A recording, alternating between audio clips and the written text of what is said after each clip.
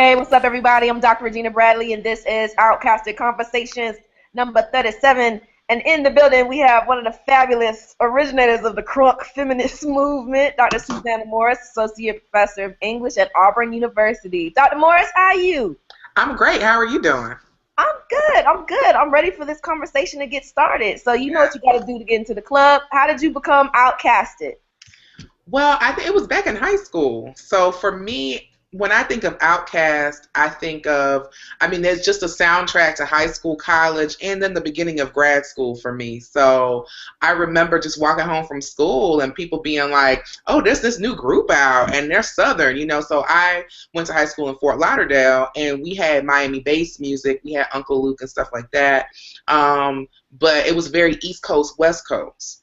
And so there didn't seem to be as many, Southern rappers that were speaking to our experience. Now, Fort Lauderdale is not the South proper, but, we have sort of a Southern experience to a certain degree. So I just remember we were just so hype when Outkast came out, particularly AT-Aliens, but I do remember their first album, but it was that second album that really just captured my imagination, and we were just listening to it, and we had been listening to Biggie and Tupac and so on, but it was like, no, this is actually closer to what we experience here in Fort Lauderdale. So, yeah.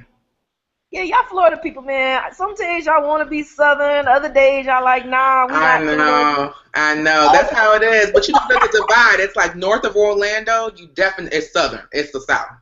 South of Orlando, it's a little complicated. It's part New York, it's part the Caribbean, all that kind of stuff. But it's also, there are a lot of black folk who are from North Florida or from South Georgia or from Alabama and so on. And so my people are from Jamaica. So it was just like this mixture of all these things. But in terms of like what it meant to be an urban black youth, I felt like Outkast was speaking to our experience in a particular way. We weren't from Atlanta, but it was like Atlanta and Fort Lauderdale are a lot more similar than Fort Lauderdale and New York City.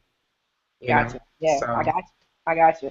Yeah, I just always like to poke fun at y'all folks who originated in Florida because depending on what day of the week it is, if y'all want to go where the wind blows. Wherever the wind blows. Yeah. I am, aside from the Crunk Feminist Collective that you and Dr. Brittany Cooper, a.k.a. Professor Get Your Life, which y'all done, is absolutely amazing. I'm also interested in your research that you're doing with the connections between the idea of healing in the black community. So, in Outkast work, there are tremendous references to this idea of family and the Dungeon family. What family means. So I'm curious to hear your thoughts on the ways that we can use the tropes of healing and family to think about the significance of Outkast work. Well, one thing I think that Outkast in particular, and sort of the Southern hip-hop coming out of Atlanta more generally does, is push against that sort of individualist notion that sometimes is around particularly masculinized hip-hop. You know what I'm saying? Not that there aren't crews out west or crews up north or on the East Coast, but the Dungeon family, Organized Noise, the way that the crews are set up already sort of speak to family and just the things that they talk about in particular. So I think that Outkast work in particular pushed back against this notion that, you can be live as hell, you can be crunk, you can be all these things, but you're crunk with your brothers, you're crunk with, you know what I'm saying? And I feel like oftentimes hip hop before Outkast and before Dungeon Family was very much like just battling, but battling in a way that was not necessarily about connection, right? Like battling, there were crews, but there's just a different way that we do it in the South. And so I think that it's an emphasis on connectivity. The fact that Big Boy and Andre have gone their separate ways multiple times, but anytime they get interviewed, they're like, well, you know what, but it's always about this crew. It's always about the two of us. So he can go off and do his acting, or he doesn't want to tour or someone, but we're always a group. And I think that mentality, they've been together decades. And so I think that is absolutely profound. Yeah, and I think that to take it a step further also, it's not necessarily just looking at the brotherhood connection in their work. Also, there's also a lot of references to extended family, especially the role that women play in those extended families. Absolutely. When something that immediately comes to mind for me is at the end of the Art of Storytelling Part 1, you hear the grandma telling folks to cut the loud mess off, and I'm laughing because my grandma said the same thing. If it's thunderstorming outside, everything gets shut down. Shut it off. My mother's like that too. That has to be from the diaspora, because my Jamaican mother is like, what? No, don't do it. So absolutely. I love, how they include older folk, Patti LaBelle, like different, elders in songs and in videos and so on. And so like hip hop is not just about just folks who are under 40. I mean, they're grown themselves at this point too. But throughout all their work, it's always been like, the videos, the songs are taking place in the hood, at the house, with your friends, with your family. And women are always an important part of that.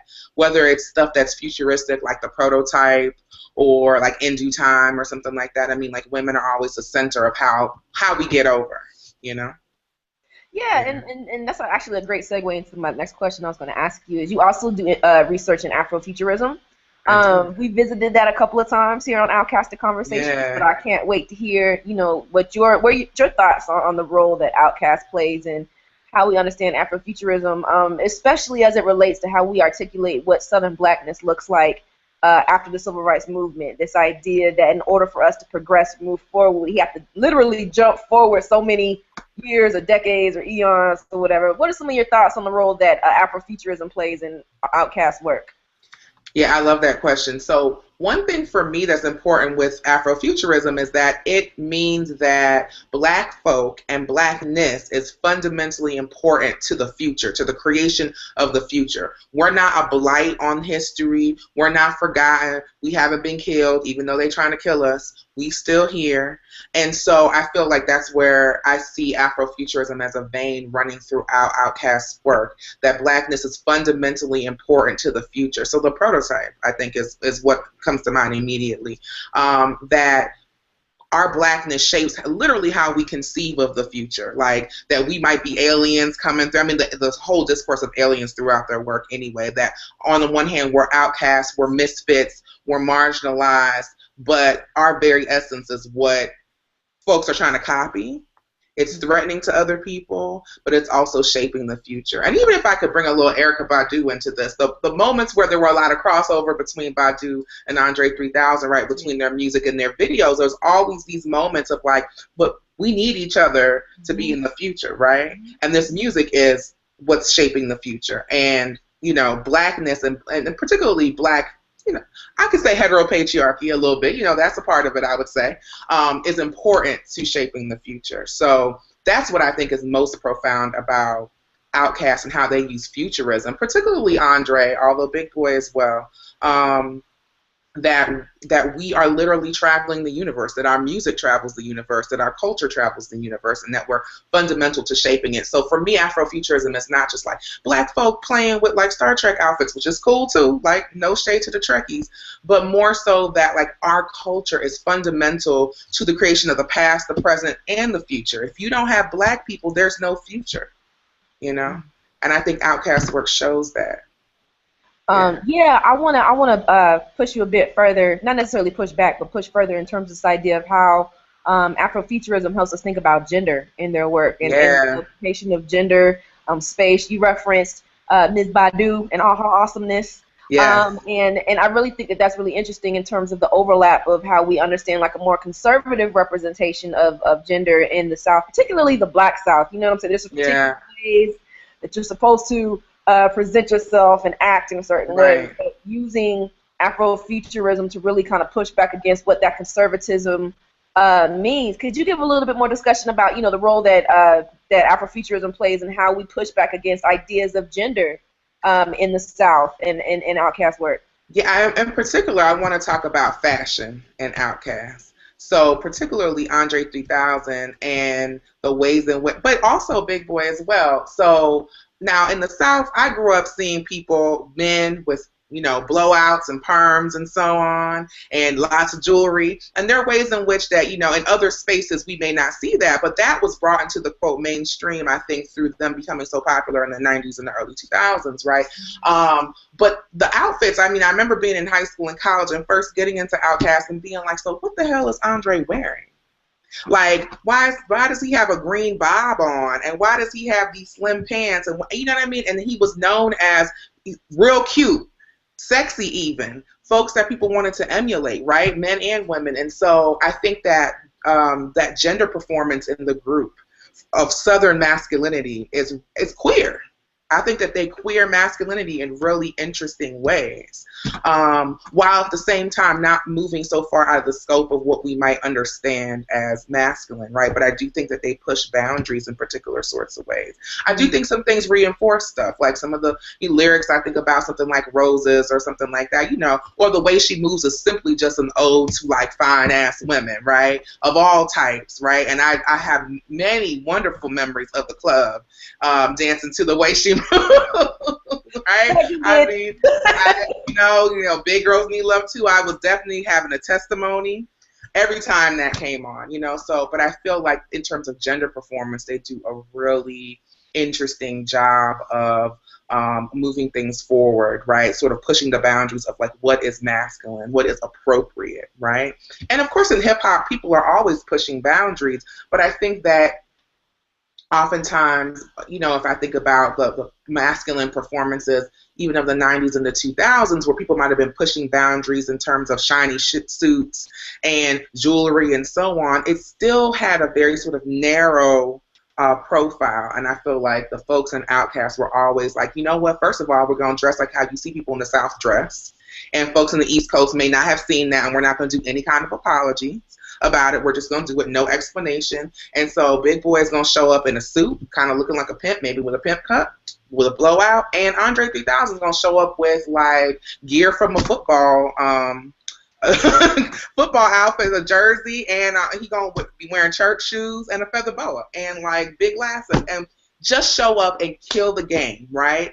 Spit the hottest lyrics, the most profound lyrics, but they're out. It's like they don't match. You know what I mean? But it's that genre pushing, boundary pushingness of it all. So, yeah, I think that was probably the first thing that came to mind when I first started seeing their videos. Like, I'm not used to seeing this. This is the era of like, that fisheye camera and Puff Daddy or whatever he was called. Then he might have been Diddy at that point.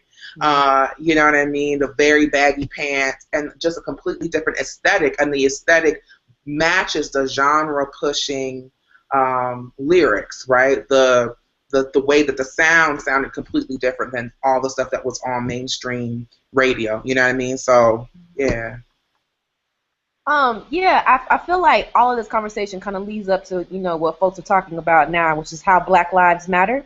Yes. And I feel like, even though necessarily it wasn't a direct political statement, one of the things that I really appreciate about Outkast's catalog is that they provide room for those marginalized voices to actually render themselves visible in ways that they might have been overlooked previously. And for me, especially in the work that I'm working on right now, I argue that that's how they both critique and continue this idea of the civil rights rhetoric that kind of holds the South hostage. Yeah.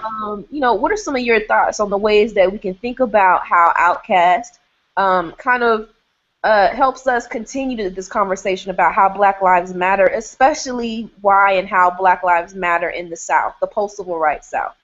There are a couple of things that come to mind with that question.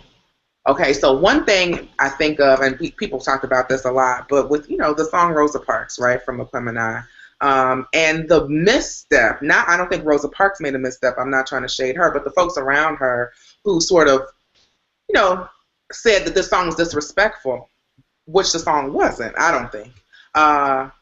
And that leads me to sort of that disconnect between that intergenerational disconnect, right? That I feel like folks don't always understand that, there's misogyny in hip hop, there's all type of inappropriate things or things that are not wonderful, but I think that a group like Outkast, not only do they sort of, as you suggest, give room for marginalized voices to be heard or to express themselves, but they also give room for unmitigated joy.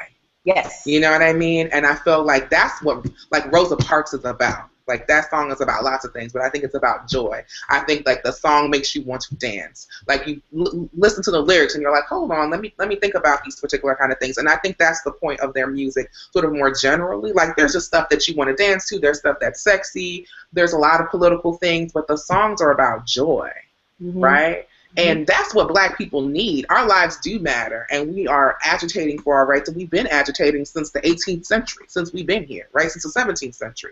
But in those moments of agitation and tension and so on, we also have to dance. It makes me, I'm a Morrison scholar, so I always got to go back to Beloved, and it just makes me think of Baby Suggs saying, like bringing people together in the clearing and saying, you need to dance, you need to hug each other, you need to hold on. And I feel like, hip-hop does this, Southern hip-hop does this, but Outkast in particular does this, gives us a space for people of our generation to have joy, right, and be seen.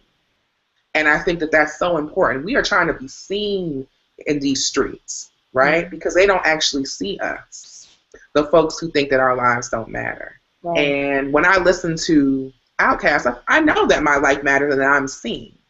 You know what I mean? Even if it's just like I'm seen at the party or I'm seen at the, but it's all the different aspects of it. I mean, it's that moment of joy. And so I was really disappointed. I was in college when Come and I came out and being like, but that's not what, this song is not actually disrespectful.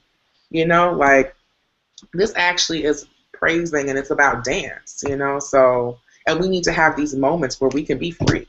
And that's part of what the civil rights movement is about. It's about all these institutional gains and all that kind of stuff, but it's also about, I just saw somebody on my Facebook post pictures of when folks were trying to desegregate the ocean in St. Augustine, right? That we had to desegregate pools, that we've had to agitate for our rights to joy, right? The amusement park, the lunch counter. I'm trying to get a burger. You know what I mean? And so we need to have the soundtrack to our joy, and I feel like Outkast is about that. Yeah, I think that's great. When you were talking about the amusement park, I was thinking about MLK's A Letter from Birmingham Jail, where everybody tries to say that Martin Luther King is just kind of like this pacifist, turn the other cheek, but he was angry in that letter. He's angry. His daughter wanted to go to Funland, like she can't go to Funland. You can't go to the amusement park, and that you're calling me boy, and I'm a grown ass man, right? Like that's right. Yeah, no, girl, stop. Yeah. Yeah, but how can, what are you working on? How can people get in contact with you? All that other good stuff. Yeah, so right now I'm working on a book that is tentatively entitled Electric Ladies, Black Women, Afrofuturism, and Feminism. Yes, so that is exciting, and I'm trying to make the space to work on that because my book came out earlier this year. My book Close Kin, Distant Relatives, Black Women, and the Paradox of Respectability came out earlier this year. So trying to recover from that and then segue to things, but really working on lots of Afrofuturist stuff. We're also putting together a Crunk Feminist Reader, which is a collection of our writing, some old stuff, some new stuff. So Brittany Cooper and Robin Boylorn and I are co-editing that volume. So, that's basically what's going on in my world, reading, writing, little arithmetic, And folks can find me on Twitter at I am Crunkadelic. And I also mostly actually tweet under the Crunk Feminist handle. So when you see folks talking about scandal and how to get away with murder, that's me. That's me. So that's how folks can find me. Dr. Morris, you are all the things. Thank you for giving us a little bit of your time and schooling us on the agitations of getting our joy. Yes, getting our joy on. Thank you so much for this forum. Oh, no problem. I appreciate it. I'm Dr. Regina Bradley. This is Outkasted Conversations. We'll holler at y'all next week. Y'all be easy.